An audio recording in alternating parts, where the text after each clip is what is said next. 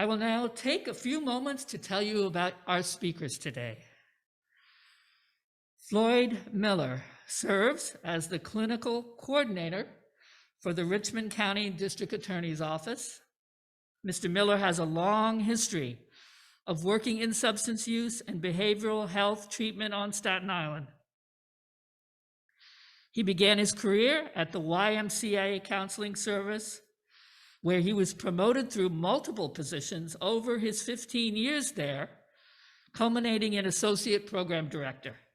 Mr. Miller has also worked for Staten Island University Hospital as a clinician in the methadone clinic. He also spent time working as a counselor at South Beach Addiction Treatment Program, which is a short-term inpatient rehab center. He came to the Richmond County DA's office in 2019 as a peer advocate responsible for engaging individuals who suffered an overdose and their families and assisting with any services they were interested in. Mr. Miller was promoted to clinical coordinator for alternatives to incarceration in 2021 and maintains his advocacy responsibilities. So ends our intro to Floyd, but let me do Amanda so that we have a seamless process once you guys begin speaking. Amanda Wexler serves as the Richmond County DA's Clinical Director of Diversion and Victim Services. Amanda has dedicated her career to supporting individuals suffering from substance abuse and behavioral health concerns on Staten Island. She began her career also at the YMCA Counseling Service. She came to the Richmond County DA's office in 2017 to lead the HOPE program, an innovative pre-arraignment diversion program for individuals charged with drug possession. She was promoted to Clinical Director of Diversion and Victim Services in 2019, where she currently serves as the lead clinician for the Alternatives to Incarceration Unit and the Victim Services Unit. Please, Floyd, join us.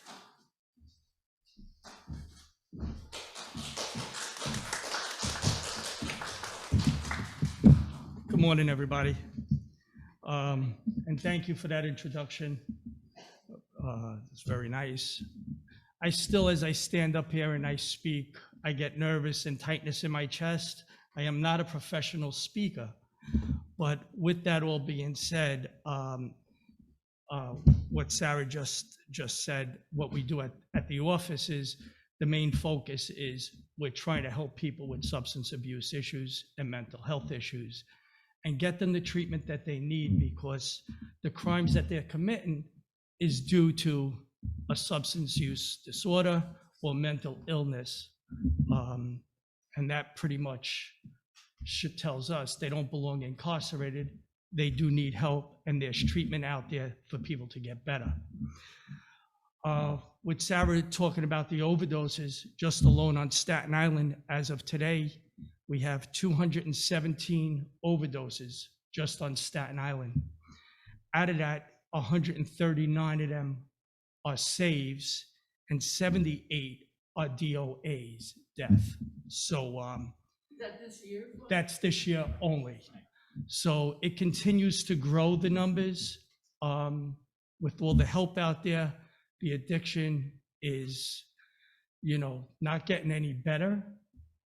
We are saving more people due to Narcan, people having these Narcan kits in their house and the police carrying them on them.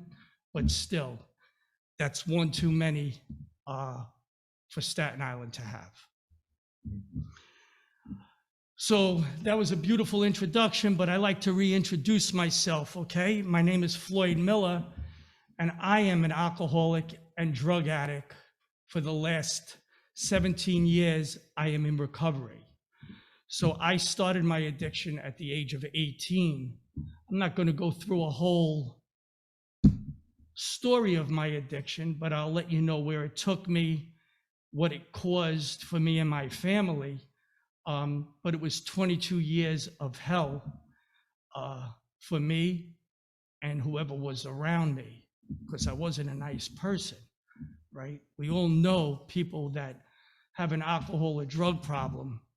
We look at them and identify them as not nice people, not good people, and sometimes we're afraid to be near somebody with addiction. Well, you know, in some fact, that's true, because the disease of addiction makes us do things that we would never normally do or think about doing.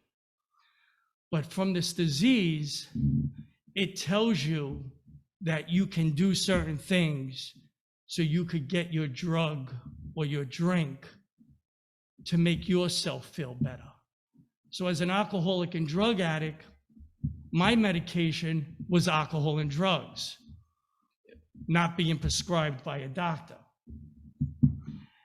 And I was not able to think clearly, of course, being under the influence, whether it was that day, or even if 2 days went by and I didn't have a drink or a drug, I still couldn't think clearly, because my main focus was getting a drink or a drug. Nothing else mattered. And we talk about 17 years ago, you know, back then we want to know about stigma. You know, my mother and father were embarrassed to have me come to the house. My mother and father were embarrassed to see me outside the house. Neighbors that, you know, living next door to each other for over like 30 years, you know, looking at me strangely, you know, not knowing what they were thinking when they saw me. But at that point, I really didn't care what people were thinking. But for my mother and father, it was more of an embarrassment, because whenever I came around, there was yelling and fighting going on. And the first thing my father always said when I walked into the house was, "Carol, close the windows." And, you know, back then I'd laugh about it like that, you know, I was laughing. But today you think about that and how, you know, I think about how embarrassed my parents were the way I grew up and what I turned into, because I grew up in a nice middle-class family. Dad always worked 2 jobs, mother always worked. You know, mom and dad, no problem with alcohol, no drug addiction, you know. And as life goes on, you learn about, you know, it's in the generics, family members, blah, blah, blah, have this. And sure enough, you know, I had people on my mother's side, people on my father's side, all with alcohol and drug addiction. And I guess, you know, it skipped a couple of generations here and there, and I got it, you know. So I was the lucky one. And when I say I was the lucky one, I say I was the lucky one because I took that drug and alcohol addiction where I'll let you know a few things. I was always good in school. I got out of school. I always had a good job. Even in my early days, right? 18 was my drinking and drugging days, but I was able to maintain living. I was able to drink, drug, party all night, get up in the morning and go to work. I've always had good jobs, good paying jobs, responsibilities. I was into management, retail. I ran a lot of different company businesses as a store manager, as an operations manager, through drug and alcohol addiction. But as most of us know, that doesn't last for a long time. You cannot be a successful alcoholic or drug addict on a daily basis of feeding that addiction to you. Through the years, I lost many, many jobs, but as a drug addict, I was a fighter and I always got a job. I never went without a job. I might have lost a job in a week, but I wound up getting a better job 2 weeks later. Go figure. My mother and father couldn't understand it.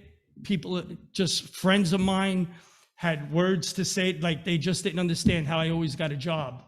But I had to work. Why? Because I was drug and alcoholic that needed to keep giving myself something to make me feel better. Because somewhere inside of me, I wasn't feeling good. There was something I wasn't happy about. Don't know what it was, right? Grew up, everything was good. But somewhere in there, I had some anxiety and depression that, 17, 20 years ago wasn't such a big thing back down as it is today. Doctors not really looking into that stuff or why I was doing things, because I was in the hospital many times for my alcohol and drug addiction. I was in many treatment centers, seeing doctors, seeing psychiatrists, but there was issues that weren't getting treated. So my addiction went on for 22 years. It was till I was about 39 years old, when my wife today had threw me out of the house. She threw me out of the house. I had no place to go because my parents were done with me. They washed their hands with me. They didn't want to hear from me anymore.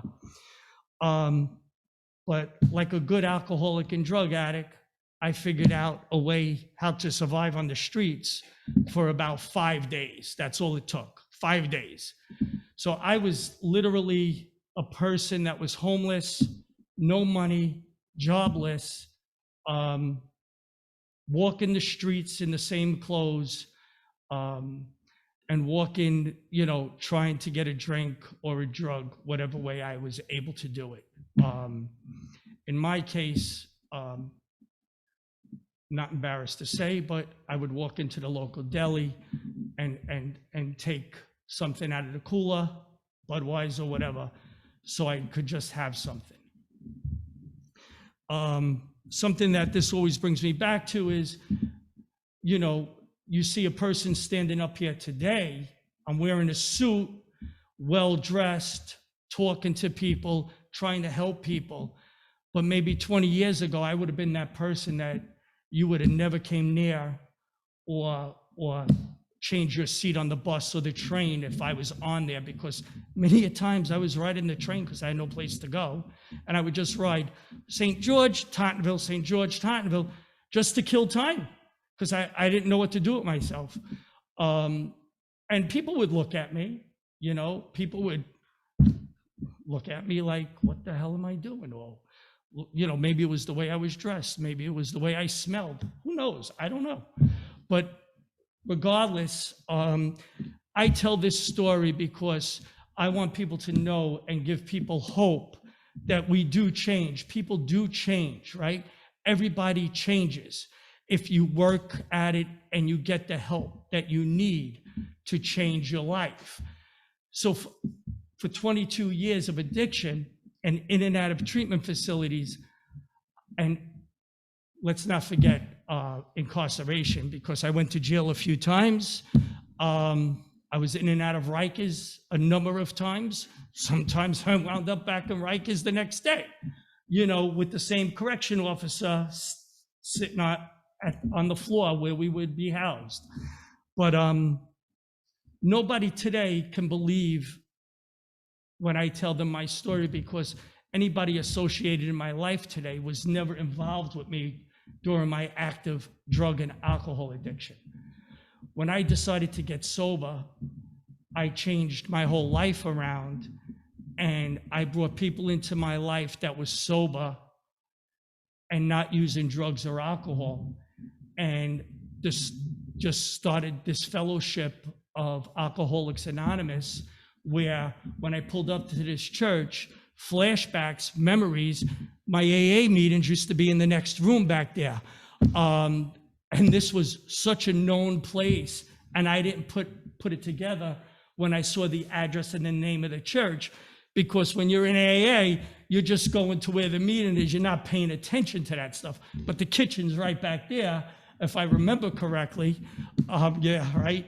And this was such a good place and got a lot of people sober in this back room in this church. So that's pretty much my story. Again, you know, the stigma throughout, never mind Staten Island, the stigma is terrible, but throughout the world, the country, people still look at somebody with this disease, we're considered bums. We're considered, when you hear of an alcoholic or drug addict, a lot of people still think of the one person sitting out on the Bowery, homeless, you know, but not really knowing where that person came from and where he was brought up. But what got him there? What got him there? What got me there was I was 18. I started having a few drinks with a few friends, but I was the one that always took it to the next level. I had to be the one that everybody had to talk about the next day. I was the one that was always seeking the attention, always wanted to be known and everybody to know Floyd Miller, right? And laugh about it. Oh, Floyd, you know, you passed out. You were sleeping on the lawn last night. I passed by your parents' house. You were outside on the front lawn sleeping. Ha, ha, ha, ha. I didn't even remember this. So what is that? That's a blackout, right? Who the hell knew about blackouts? I didn't know what a blackout was. I learned that over the years of going in and out of treatment and not remembering things. That's a blackout. Well, boy, I had a lot of them because there's a hell of a lot of things I never remembered. You know, people tell me things. But one thing that they tell you when you come into recovery and you get sober, you start to get your brain back. You know, your brain starts to develop again. So when I started using alcohol and drugs at 18, my brain stopped. It didn't develop no more. I was still that immature 18-year-old whatever. I'm still the same person. I love to have fun.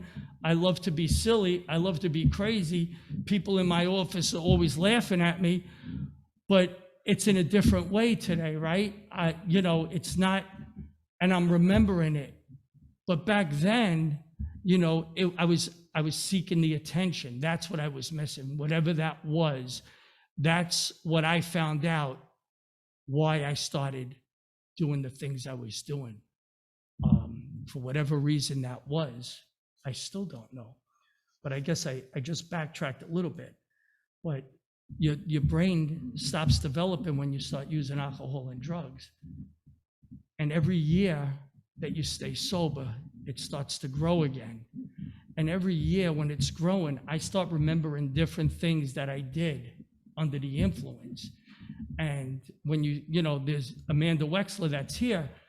We've been working together now for about 16 years now. We each know each other. And every time I speak to her, I have a different story. I never have a same story. I'm not one that's going to take notes and write down what I was coming up here to say today. That's not who I am. I speak from here because when you take those notes and you write that down, for me, I'm changing words. I want to speak whatever's going to come out.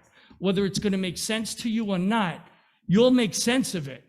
To me, it might not sound normal, but, you know, it's better than me rewording things, because if I read it and write it, it doesn't sound the same. It's got to come from the heart. And I chose to do this work. So I left retail management and all that stuff, making six figures and more, you know, come into a field where I probably won't even see that money.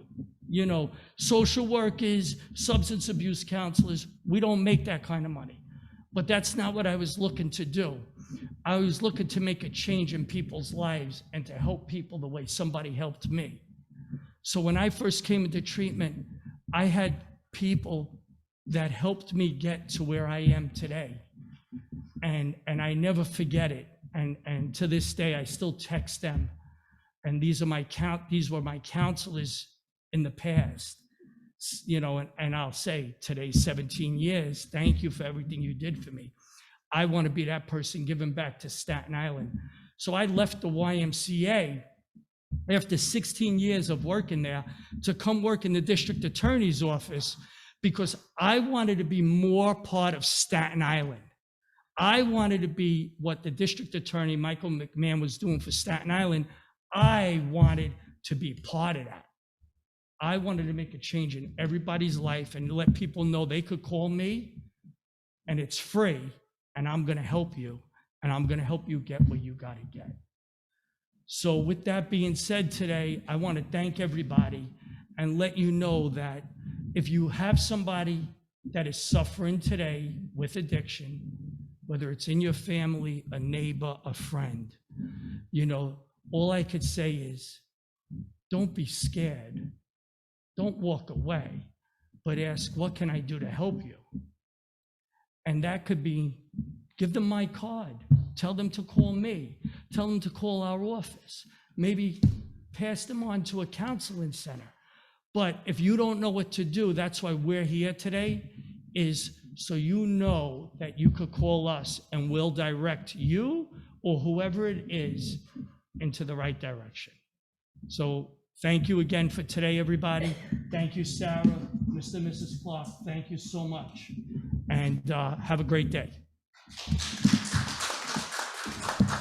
Thank you, Floyd. Thank you very much. Part 2 of our presentation today, Amanda Wexler. Thank you. Hi, everyone. I'm not sure if that song was intentionally selected, but Yes, it was perfect. Yes, most definitely. It was so, it couldn't have been more perfect. I felt like I would, you know, really.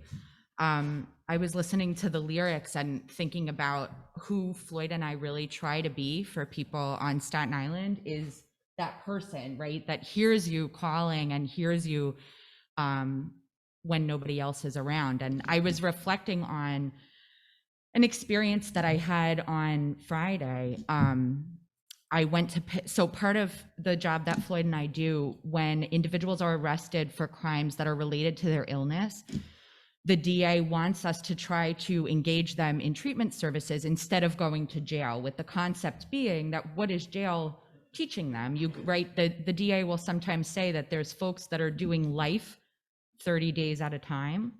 And that's what's happening, that these crimes of, you know, shoplifting, drug possession, kicking a flower pot off of a staircase, things like that. You go to jail for they say a Rikers 30, which is really 15 days or 20 days. And what does that do for the person except add another misdemeanor to their record, make them feel, you know, isolated, maybe get COVID during the current time, right? So it's complicated. And so on Friday, I was in the office. So Floyd and I will sort of hand off to one another when we're not there. And they called me about a man that had been arrested the night before. And Floyd and I had been looking for him since like July or something, a very sick, you know, sick in his addiction. And we had seen a number of overdoses come through. We were never able to make contact. So P.S., he was picked up in another borough on a warrant and returned to Staten Island, which is what happens if you have an outstanding warrant. So I went over to meet him in the courthouse. And if you've never seen a person in withdrawal from opioids, it's part of the reason that they continue to use, because you are so ill that it's difficult to even make it to the bathroom, to even, you know, roll over in your bed because your body hurts. And it's been described to me as like the flu times a million. So when this man walked out of the courtroom, he was absolutely in withdrawal from opioids. And I'm talking, you know, lots of boogers, lots of sweating, coughing, some other body stuff happening. And I walked with him around. I convinced him during our walk to come with me, which he wasn't eager to do, because when you've been in holding for 15 hours, you're sick. And your thought is, if I use heroin one more time, or if I use Percocet one more time, I won't be sick. So a lot of times that cycle of drug use is just to push the illness away. It's not to say I want to continue to use drugs or alcohol for another year or 5 years or die from it. It's just that I'm using one more time so that I don't have to feel like this. And that's exactly what happens. If you use one more time, the withdrawal symptoms go away. You're not necessarily high. You just kind of return to your normal homeostasis in your body. And so what I said to him was, if you're willing, sir, I'd love for you to come with me. I'm going to walk you around the block. And he said, what's the address? And I said, it's just around the corner. And he said, what's the address? screamed at me, you know? And I recognize that when people are doing those things, it really isn't about me. It's about what's happening for them. And so I said to him, I'm so sorry. It's 56 Bay Street. And so for those who don't know, that's a 24-hour clinic that you can go to and see someone and they will assist you. 56 Bay Street. So he said, okay, thanks, let's go. And so we continued walking. He picked up a napkin off the street to blow his nose. So I'm talking really dire straits here. I wished I had a tissue. I did not. And we met with the counselor who I handed him off to, because in the district attorney's office, we're not supposed to get too much information from someone with an active case, right? Anything he says to me could potentially be evidentiary in the case. Not that Floyd and I do that, because it's not the point. And he met with the counselor and she gave him a sandwich and he stayed there for about 30 minutes and they have an appointment for Tuesday. The part of the story that I'm not, I guess that I leave out sometimes is what happens before all of that, right?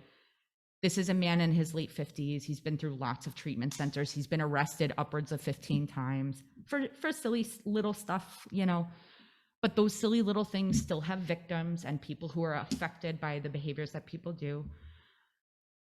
What Floyd and I are trying to do, and the DA, is really spin this, the response, the community response to substance use, because if we can take care of people, if we can come at it from a place of caring, and that person doesn't do those behaviors anymore, we're reducing crime, right? So that's like the criminal justice perspective.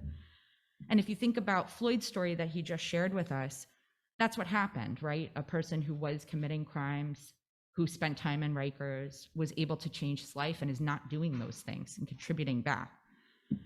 Floyd will tell you that I never lose faith. I will reach out to the person who has 85 arrests and, you know, still try, because sometimes I don't know what it's going to be for that person. Like, what's the thing that you're going to grab onto?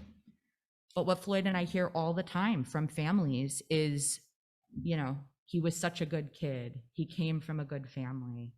I never thought it would be like this, that type of stuff. And what we hear from that is the stigma, that there's embarrassment here, there's shame here. But a lot of the things that happen with addiction, very similar to diabetes.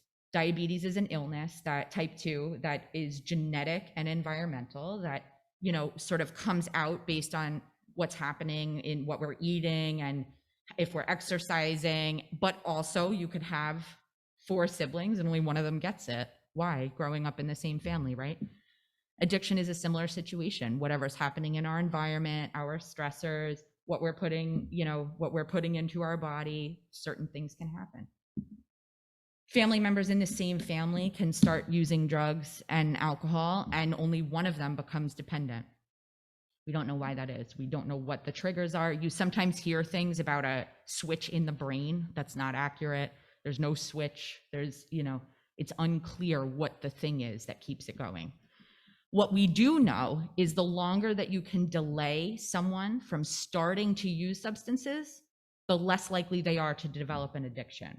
So when we meet with teenagers, Floyd and I, that is a focus, right? Because saying don't use drugs is often not effective, particularly with that age group. So we'll say, well, how about not using this weekend, right? We're just trying to delay. How can we delay it a little bit and a little bit to try to keep them from starting? The DA often tells a story about when he first came into office, and I just think it's important to share. So he came into office in 2016, before Floyd and I got there, and he asked for the file on a young man who had overdosed and died, 22 years old, on the block that the DA lives on. So it's a kid that he saw grow up. He knew his family, and, you know, just like many of us. And the office said, there is no file. What do you mean? And he was like, no file. This is such good information, like for police work, because we want to be arresting drug dealers and people who are selling fentanyl, causing people to die. But on the other hand, we want to be able to help people who are in need of help. And so he started some programs in the office out of that experience, both to prosecute people who are knowingly selling drugs that have fentanyl in it. That's what's killing people right now, is fentanyl. It's an analog, which means it's synthetic. It's not made in nature. And this happens with drugs. We've seen this in other cycles as well. Crystal meth is one example. Crack is another example. So there's things that can be organically grown, and then it transitions into something synthetic. This is the same thing. It takes a long time to make heroin. You have to grow poppy plants, and that happens in Asia and in the Middle East. And then that has to be moved, through, and that takes a long time. And so to make something synthetic that you can make in a lab and just pop it out, that's part of how we got here. In 2012, the amount of fentanyl in our drug supply was 2%. And now I think the last numbers were 2020, it's up to 80% fentanyl. So what that means is the drugs that people are using on the street, it's not heroin, it's actually fentanyl. Xanax that you purchase from the street, like from a drug dealer, they're pressing into pill form, but it's actually fentanyl. So that's someone who's not even prepared to be using an opioid, which is worse. And now we're also hearing about it in the cocaine supply. So people who have never used opiates before are engaging with it. The thing that Floyd and I encourage people to do is to carry Narcan kits. So if any of you are in need of kits or know someone who is, we are able to train and distribute them. We can have them delivered to your home.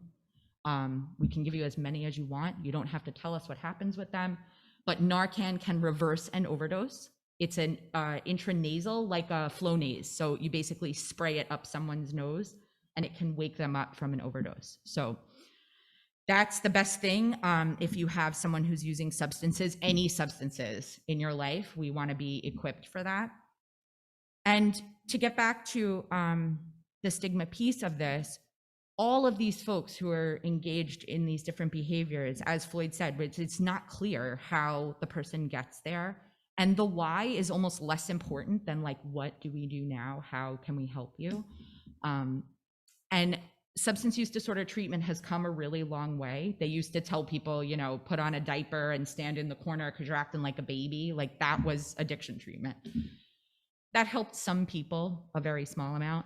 It has transitioned now to be, what do you need? What can we do to support you? And that's the approach that we come from, is we're not going to tell people don't do drugs, but we are going to say, what can we do to help you be safe? What can we do to help you use slightly less? Are you motivated to do that? We'll ask those types of questions. And what we know is that people thrive when they have support around them. And that's not to say that you can't have a tough love approach, as it said. But what we'll do is we say to parents sometimes that you have to distance with love. Like, I want to be in your life, but you can't steal from me. I want to be in your life, but you can't be on drugs when you're in my presence, right? So we start to work with people in that regard to help get them closer. So I know that's something that people are afraid of, that a counselor is going to say, well, you got to throw them out. Floyd and I won't say that to you. And we work with people who won't say that to you. So if this is something that people are struggling with, please call us. The website that we use is sihope.org. It has all of the resources on Staten Island, and I've given Sarah some pamphlets that have every behavioral health like agency, I would say, not private practices, but the agencies. So you can call them.